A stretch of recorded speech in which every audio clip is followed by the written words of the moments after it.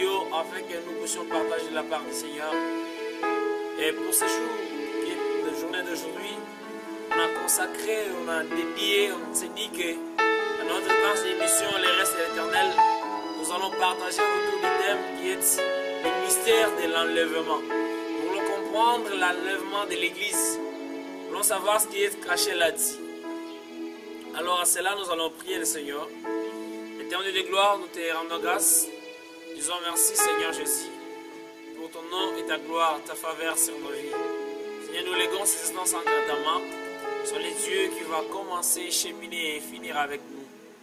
Béni sois-tu, toi le Saint d'Israël, dans le nom puissant de Jésus-Christ. Amen. Voilà, comme je le disais tantôt, et nous allons partager autour du thème qui est le mystère de l'enlèvement.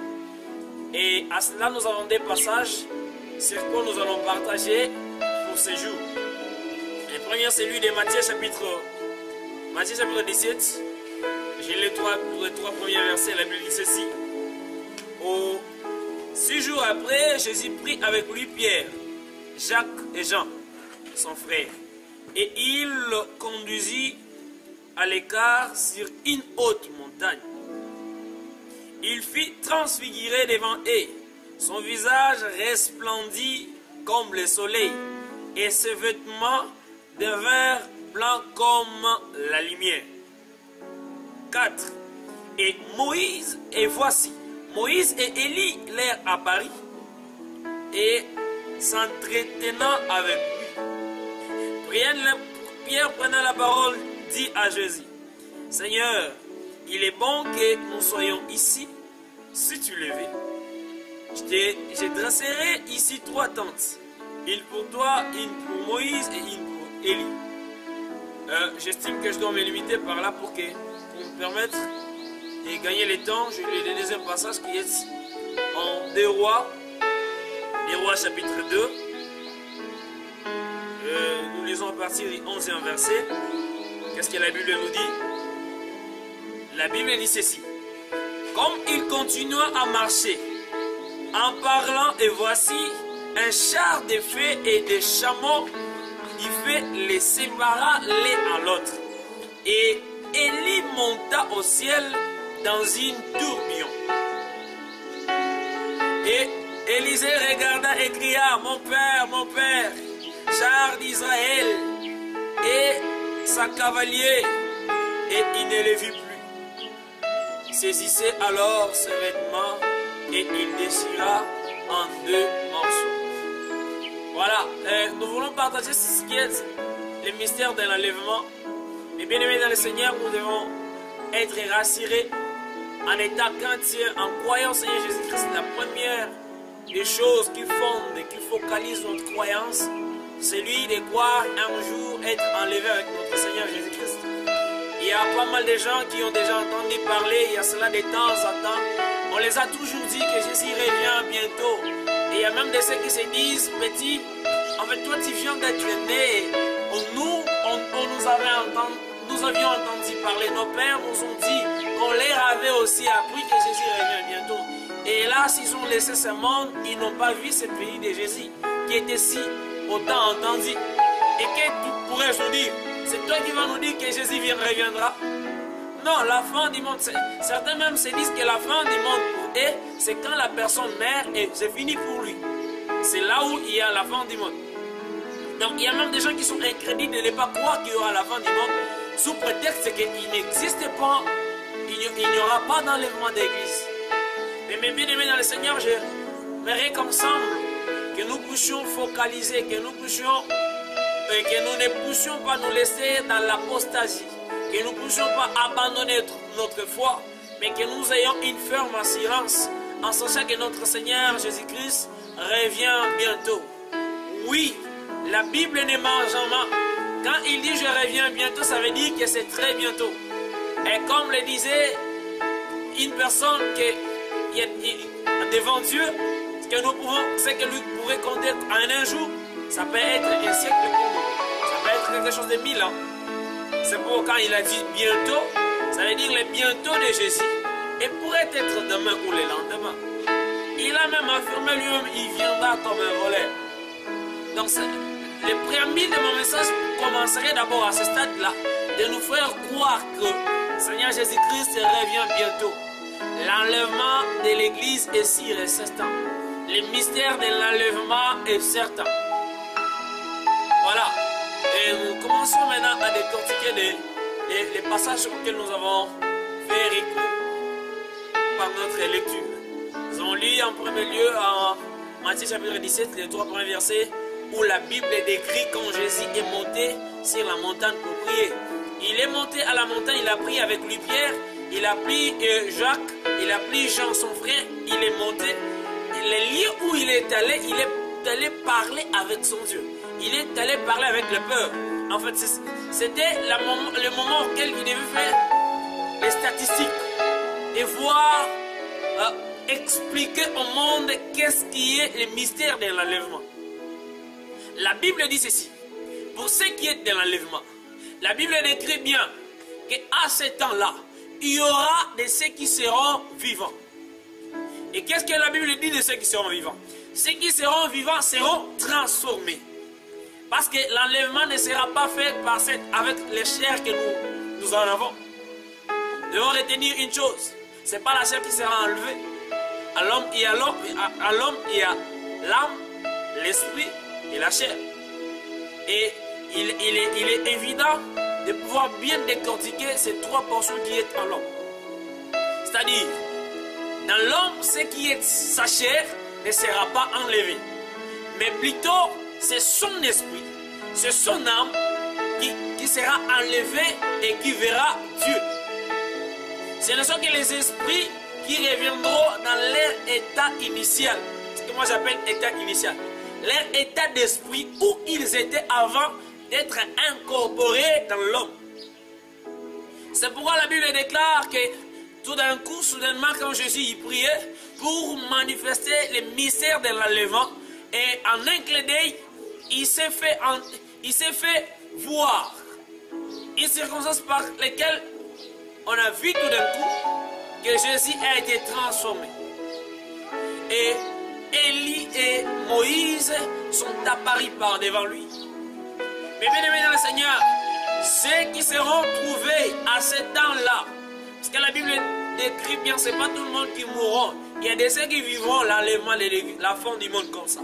Seront transformés en train de voir les gens qui étaient morts avant ressuscités et monter dans les lieux saints de Dieu afin de régner avec le Seigneur Jésus-Christ. C'est ce qui s'est passé. Et soudainement, Pierre qui a été considéré comme païen à ce moment-là, pourquoi il était considéré comme païen, je vais te l'expliquer bientôt là. Et c'était encore le moment où ce n'était que le Seigneur Jésus-Christ qui était la représentation de l'Église. À ce moment-là, Pierre n'était pas encore concerné dans les choses de Dieu. Pourquoi je vais t'en parler bientôt. Mais allez-y comprendre. Qu'est-ce qui va se passer les derniers jours? Il y aura des gens qui seront les spectateurs de l'enlèvement de l'Église. Ce n'est pas tout le monde qui va monter. Non, non. C'est de ceux qui auront l'Esprit de Dieu, ceux qui seront attachés avec Dieu, qui connaîtront l'enlèvement. C'était le cas avec Pierre. Comme lui n'était pas encore concerné, comme lui n'était pas encore consacré, comme lui n'était pas encore attaché, comme lui n'avait pas encore cette attribution de participer à l'enlèvement de l'Église, c'est pourquoi il a été un spectateur de voir comment Dieu, le Seigneur Jésus-Christ, a été transformé. La Bible dit tout d'un coup, il est devenu comme la lumière. Il a été, même ses habits, a été resplendissant. Pourquoi? Parce que c'est lui qui était l'incarnation de la divinité. C'est en lui qu'habitait l'Esprit de Dieu. L'Esprit qui a pris la chair, c'était seulement Jésus. Et à ce moment-là, Pierre qui n'avait pas le Saint-Esprit. Je dis bien à ce moment-là, Pierre qui n'avait pas encore le Saint-Esprit. Il ne pouvait pas accéder à cette transformation. Pourquoi? Parce qu'il vivait encore complètement dans la chair. Le mystère de l'enlèvement n'est pas attribué à tout le monde. Ce n'est pas tout le monde qui vivra l'enlèvement. Non, mais bien aimé dans le Seigneur. Qui vivront à l'enlèvement de Dieu, ce ne sont que ceux pour qui Dieu est mort à la croix. Et cela est attesté en vertu duquel ils ont crié au Seigneur Jésus-Christ et l'Esprit de Dieu agit en eux. C'est seulement Jésus que l'Esprit de Dieu agissait en lui. Comme vous allez voir que quand lui, comme lui, à qui l'Esprit était en lui, quand cet événement pourrait se passer, il a été transformé et il a pris d'autres formes. Pourquoi? Parce qu'il avait l'Esprit de Dieu. Et c'est ce que j'aimerais dire à quelqu'un aussi au travers de ces vidéos. Il doit comprendre une chose. Pour être transformé avec le peur, pour être transformé avec le Seigneur, pour vivre l'enlèvement de l'Église, tu dois avoir l'Esprit de Dieu en toi. Si tu ne laisses pas le Saint-Esprit agir en toi, hélas, tu n'auras pas accès à l'enlèvement de l'Église. C'est toi qui vivras les tourbillons. C'est toi qui vivras les tourments. Je reviens en 2 Rois, là où on a lu. Je vous ai fait un extrait, mais l'histoire est bien connue de tout le monde. C'est l'histoire d'Élisée et Élie. Ceci, comme on a déjà parlé, on en a déjà parlé sur notre prétexte, on a dit que quand on parle d'Élie et Élisée, en fait c'est une histoire qui nous fait référence à une obtention d'une onction particulière, d'une double onction en fait d'agir dans les ministères. Mais avec les Saint-Esprit, nous essayerons de développer dans une autre optique. Lesquels viennent de me suivre. Vous allez voir que quand Élisée a dit à son maître, il dit, j'irai partout où tu seras avec moi. Mais quand on parle de l'enlèvement de l'église, la Bible dit ceci. 2 personnes seront au champ. Et une va monter et l'autre va rester. C'est ce qui s'est passé. Et 2 personnes sont parties hors de la ville.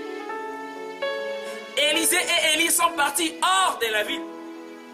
Où il devait y avoir seulement une personne qui va monter et l'autre qui va rester. Pourquoi l'autre va monter et l'autre y restera? C'est parce que celui qui va monter, c'est celui à qui l'Esprit de Dieu descendait et agissait en lui. Une démarcation de l'Ancien et du Nouveau Testament a dit que dans l'Ancien Testament, l'Esprit descendait, agissait et y revenait. Alors celui sur qui l'Esprit descendait et agissait, c'était Élie. Ce n'était pas encore Élisée. Non, ce n'était pas encore son temps. Mais tu dois comprendre que lui, Élisée, ne pouvait pas accéder à l'enlèvement de l'Église. Il ne pouvait pas accéder pourquoi? Parce que Élisée était quelqu'un qui n'était pas encore consacré, utilisé puissamment avec le Seigneur. L'Esprit de Dieu ne descendait pas agir en lui. Il était encore apprenti au pied d'Élie. J'aimerais encore conseiller mes confrères avec qui nous grandissons, nous émergeons dans le ministère. Ne soyez pas si pressés. Apprenez encore. Si Dieu vous a fait grâce d'être au pied des éminents mentors, ça vous fait de forger votre ministère, d'aller en avant. Apprenez et vous aurez le nécessaire pour impacter quand vous serez dans votre temps. Mesdames et bien-aimés, qu'est-ce que je pourrais encore parler de cela? Dans l'enlèvement de l'église, dans le Bible dit ceci. Après l'enlèvement de l'église, ceux qui vont rester, c'est ces dons-là qui vont connaître ce qui sera les moments atroces de l'évangile où on va chercher qui parle de Dieu. On commence à découper en 1000 morceaux parce qu'il parle du Seigneur Jésus-Christ. Qui parle de Dieu. C'est à ce moment-là que les gens vont se cacher. Ceux qui prêchent l'évangile, les véritables évangiles vont se cacher. Et ceux qui comprennent la Bible vont comprendre avec moi pourquoi j'ai fait l'illusion de 2 Rois chapitre 2 pour parler d'Élie et d'Élisée. Ceux qui aident les lecteurs de la Bible comprendront avec moi que après qu'Élie fut monté au ciel, c'est ce moment-là que Élisée va connaître les tourments. Dans quel sens? Il va se côtoyer par devant lui Jézabel qui commence à poursuivre tous les prophètes. Tous ceux qui parlaient au nom du Seigneur ont commencé à être pourchassés. On les égorgeait. Pourquoi? Parce qu'ils parlent d'un Dieu vivant. C'est pourquoi Élisée, après avoir arrêté et que Élie fit descendre, est enlevé, il a connu les tourments. Mais bien aimé dans le Seigneur, ça sera des moments atroces et difficiles. Même ceux qui connaissent Dieu, courtoyons des moments difficiles. Où ça sera vraiment très difficile à quelqu'un de sauver son âme.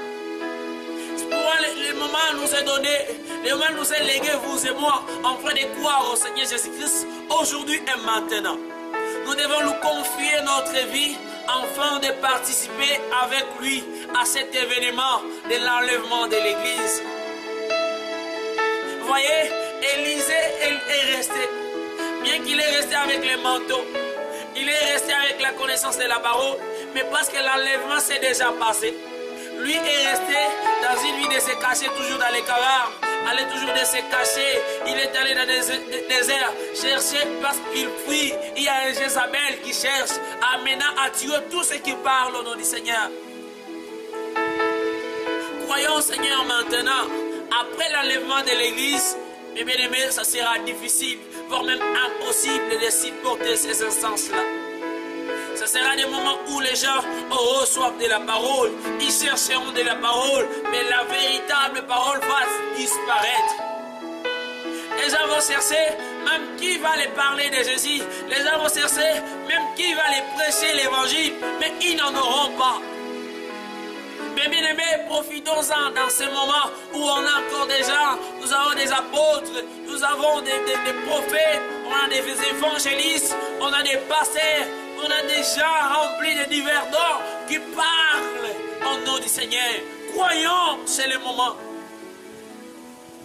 Je ne veux pas que vous et moi, nous soyons comme l'histoire que Jésus nous illustre du pauvre, les rois et des riches. Il s'est dit, est-ce qu'il y a quelqu'un qui peut revenir dans le monde pour aller encore les redire, aller dire à mes frères qui sont là, qui doivent arranger leur parcours, enfin d'accéder dans le royaume des dieux. Mais bien aimés, n'attendez pas que ceux qui sont morts soient ressuscités pour venir te prêcher. Quand tu attends que quelqu'un vienne te faire des histoires, tu vois, tu dois aller en enfer et maintenant tu dois croire, l'enfer est trop difficile. Si Dieu m'a donné une seconde chance, c'est pour que je puisse venir vous donner ce témoignage. Mais bien aimé, il y a des prophètes qui sont là. Il y a des évangélistes qui sont là. Au travers même de ces vidéos, je suis en train de te parler. Crois au Seigneur Jésus, afin de sauver ton âme. Et si tu ne le fais pas maintenant, si tu ne le fais pas maintenant, tu n'auras plus de l'occasion pour le faire. Je disais que je suis en train de parler du mystère de l'enlèvement. Je disais tantôt que Pierre, à ce temps-là, n'avait pas encore cette probabilité d'accéder à cet événement. Pourquoi? Parce qu'il manquait l'Esprit de Dieu en lui. Qu'est-ce que la Bible dit à propos de l'Esprit de Dieu? La Bible dit ceci. Je te disais qu'à ce moment, celui seulement qui avait l'Esprit de Dieu, c'est Jésus. C'est pas, vous allez comprendre. Jésus, en chemin faisant, tout au long de son ministère, ce n'était que lui qui avait le monopole d'agir avec l'Esprit. C'est pourquoi à un moment, il appelait les disciples. Il les appelait et dit, venez, aujourd'hui je vous ordonne, allez prier pour les malades, allez faire des miracles. Donc, ils étaient des gens qui étaient délégués d'agir avec l'Esprit. Il n'assistait qu'à un moment, et après quoi, les propriétaires de l'Esprit, qui était lui-même Jésus, il les ravissait. C'est pourquoi il y avait d'autres choses que les disciples ne pouvaient pas faire. Pourquoi? Parce que, en d'autres termes, je peux dire que l'Esprit qu'ils agissaient, qu'il agissait avec, dans les moments où Jésus était avec eux, c'était un esprit d'emprunt. Jésus lui prêtait l'esprit afin d'agir dans un moment, et après quoi, il reprend son esprit. Toute la divinité n'était qu'incarnée qu'en lui et à lui seul. Maintenant, peut-être commence à te poser des questions. Et nous autres, comment accédons-nous maintenant à l'enlèvement de l'église? Parce que même Pierre, qui était le plus proche de Jésus, n'était qu'un spectateur de l'enlèvement. Il n'avait pas accès à l'enlèvement. Non, nous avons encore de la chance d'accéder à l'enlèvement de l'église. Quand est-ce que nous aurons accès à l'enlèvement de l'église? C'est quand nous qui sommes restés, nous parvenons à recevoir le Saint-Esprit de Dieu. Oui, la Bible dit ceci. Jésus, après avoir fini toute sa mission, il est mort, il est ressuscité. Après quoi, il dit à ses disciples, attendez ici, jusqu'au jour où le Saint-Esprit descendra sur vous. Ce que vous allez comprendre, j'ai fait du parallélisme de ces deux passages bibliques qui est la vie de Jésus et celui d'Élie face à Élisée. Pourquoi? Parce que Jésus a dit, quand vous y attendrez, après que moi je puisse m'en aller, ceux qui croiront en mon nom, il n'a pas dit que ceux qui seront prophètes, ceux qui croiront en mon nom, non, Jésus n'a pas dit que ceux qui seront apôtres ou ceux qui seront bergers des églises, tous ceux qui croiront en mon nom feront des miracles. Peut-être que tu te dis toujours, chaque jour que je suis chrétien, quand j'ai une difficulté, je dois appeler mon pasteur, je dois appeler les bergers. Mon frère, Dieu, qu'est-ce que Dieu a dit pour moi? Toi, est-ce que tu as crié au Seigneur Jésus ou tu ne l'as pas crié? Si toi aussi tu as crié, tu es celui à qui les miracles doivent t'accompagner. Je ne suis pas là, je ne parle pas des miracles, mais je parle du mystère de l'enlèvement. Mais le mystère de l'enlèvement ne serait faisable à nous. C'est quand nous aurons l'Esprit de Dieu en nous. C'est pourquoi le Seigneur Jésus-Christ a dit, attendez ici. Soyez réunis en ce lieu, attendez. Jusqu'à ce que l'Esprit, moi je pars auprès du Père. C'est quand j'arriverai auprès du Père que le Saint-Esprit va descendre et il va vous dire quoi faire. On va comprendre maintenant. Quand Élie a dit à Élisée, ce que tu me demandes est plus difficile.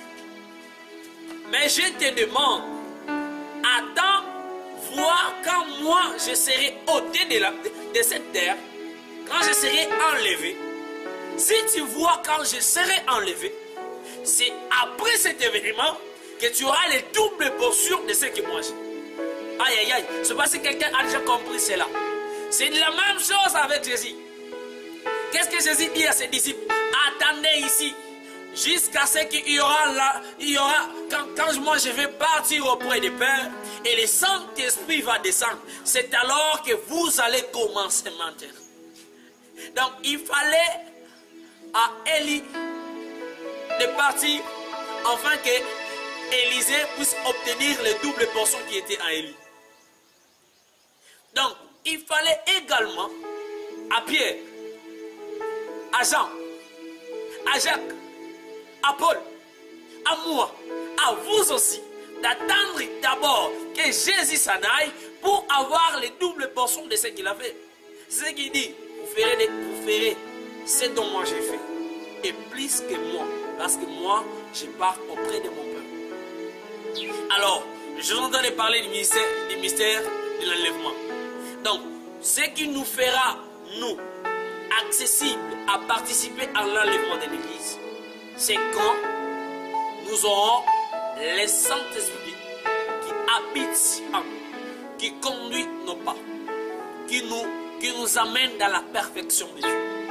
C'est cela qui va nous faire sélectionner à participer à l'enlèvement de l'Église. Mais bien aimés dans le Seigneur, vous voyez même les physiciens de ce monde ont fait les mains. Ils ont fait les mains afin qu'il y ait des fers éléments.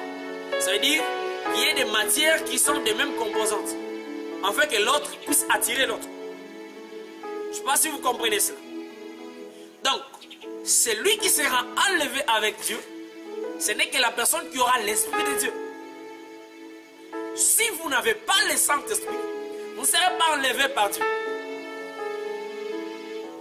pour participer à l'enlèvement, il faut être celui à qui tu as l'Esprit de Dieu. Or, nous sommes des pécheurs, on n'est pas accessible à participer à l'Esprit de Dieu.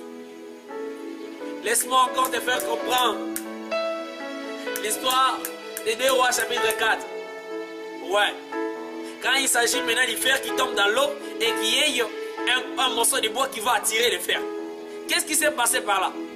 Nous qui jadis on était des gens de pécheurs, on était considérés comme du fer qui est tombé dans l'eau.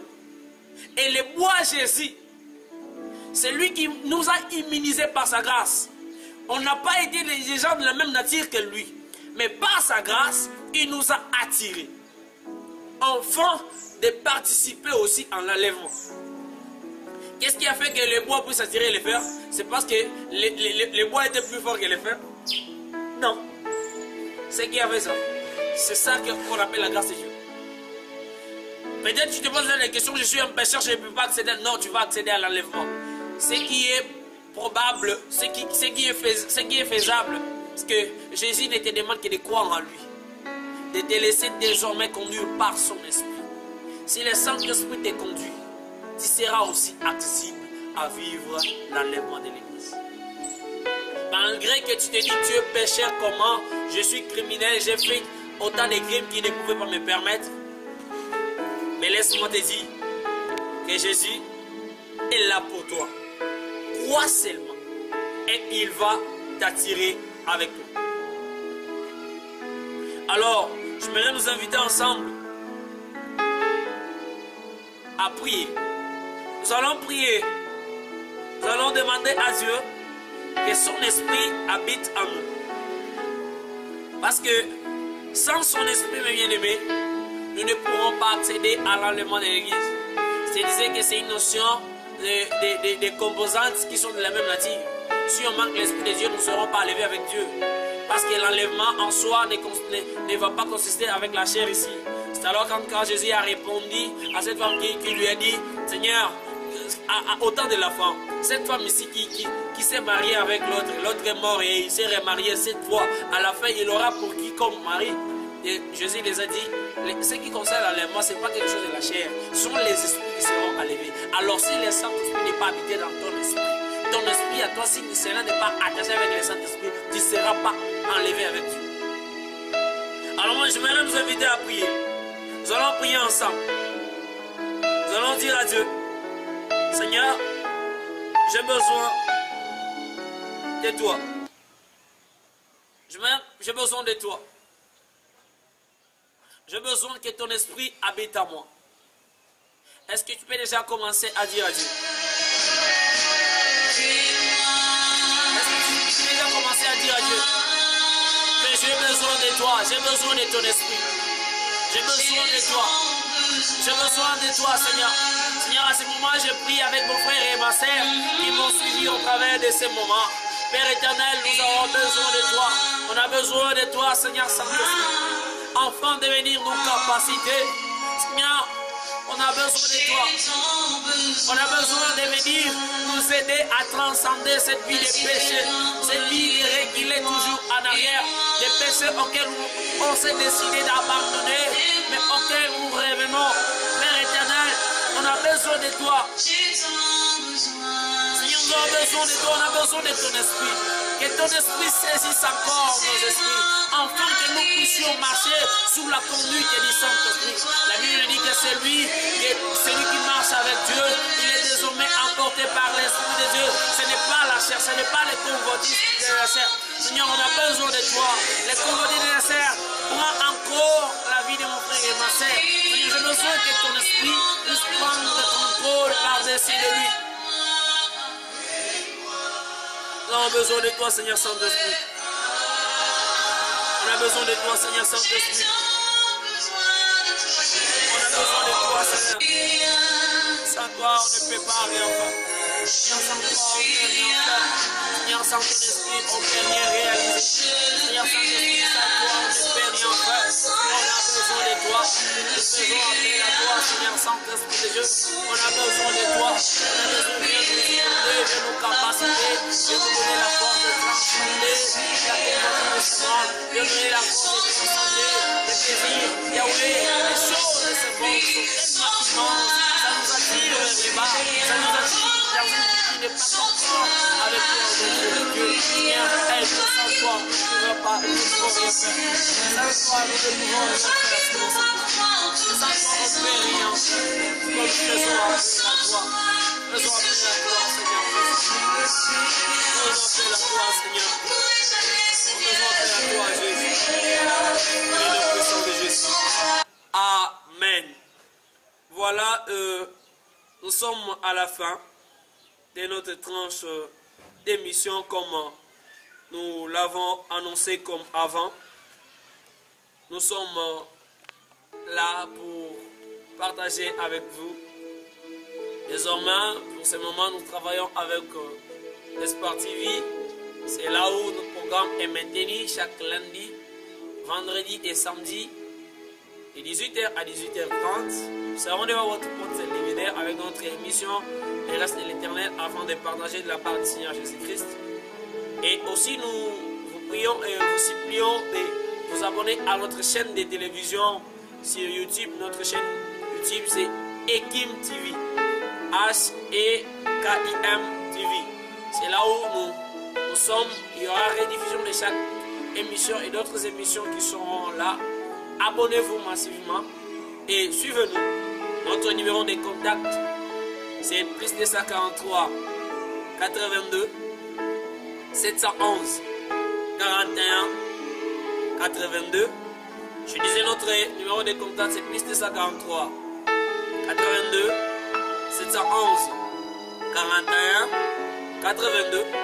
Notre adresse Facebook, c'est Héritier Guiliboise Michel, c'est notre page officielle.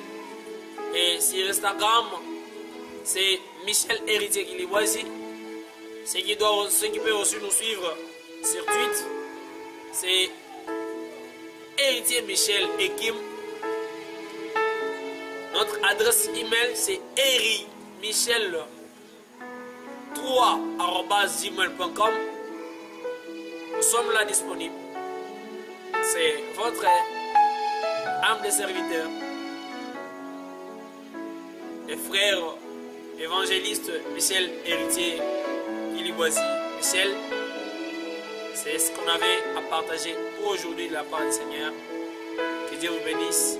À très bientôt.